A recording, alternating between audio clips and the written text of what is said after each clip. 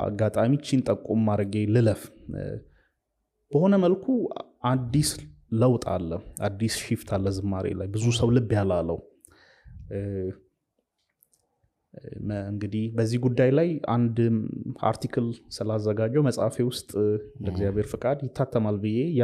ከጨመርኳቸው ርዕሶች መሃል አንዱ ይሄ ነውና ዝማሬን በፊት እንዴት ነበር የምናውቀው ዝማሬ በፊት የሚደመጥ ነው ለጆሮ ነው በካሴት አየ ሸክላ ሲዲ ላይ ሲዲም ከነበረ የሚደመጥ ነው ካሴት ተጠንጥኖ የሚደመጥ ነው በኋላ የሲዲ ዘመንም ሲመጣ ዝማሬ የሚደመጥ ነው ለብዙ ዘመን ከሰማው በኋላ ነው ምስል በኋላ ወደ ቪዲዮ ፕሮዳክሽን የመጣው ከዛ ቪዲዮ ፕሮዳክሽን ሲመጣ አንድ ፈተና ዝማሬ ገጥሞታል ብዬ አምናለሁ እኔ እንደግለሰብ በድምጽ ሰምተ ድምጽ እንግዲህ ሰምተ የራስን ምስል ምትከስተው አንተ ነህ ከመዝሙሩ ጋር ስቶሪ ቴሊንግ ምንድነው የራስን ስቶሪ ምትሰራው አንተ ነህ ሶሪ ስለዚህ ልክ አንዳንድ መዝሙሮችን አንተ አይምሮክ የሰራው ምስል አለ ዘማሪ ቪዲዮ ክሊፕ ሲሰራለት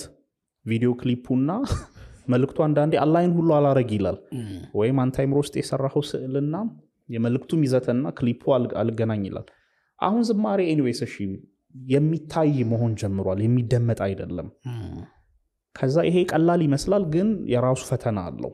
የሚታይ ስለዚህ እንዲታይ ለአይን አይነ ግቡ ነው የሚሆነው ማለት ነው ጆሮ ግቡ አይደለም ስለዚህ ለአይን ቀልብን ቶሎ አይንን መማረክ የሚችሉ ነገሮች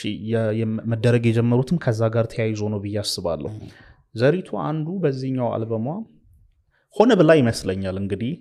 አጋጣሚ አይመስለኝም ከሆነም አላውቅም ያደረገችው ነገር አንዱ እሱ ነው ቪዲዮ እንዳልከው ሚጮህ ነገር ብዙ እንዳይኖረው ይሄ በጣም ኤክሰሲቭ በሆነ ላይት ስሞክ ከዛ ምናምን በጣም ሲምፕል ራሷ ካለባበሷ ይጀምራል ሜካፕ እጅግ ሲምፕል ነው ኢንቴንሽናል ነው የሚመስለኝ ምክንያቱም ዘሪቱ ስለሆነች ኤክስፔክት አደርጋለሁ ያንን ኢንቴንሽናል ነው የሚመስለኝና መልእክቱ ላይ ስለዚህ ትኩረትህ ካሜራውን ቀዠቀዥም 3-4 ቦታ አት ታይም የሆኑ ነገሮች ለመቅረጽ አይሞክርም ስለዚህ ዛ መሃል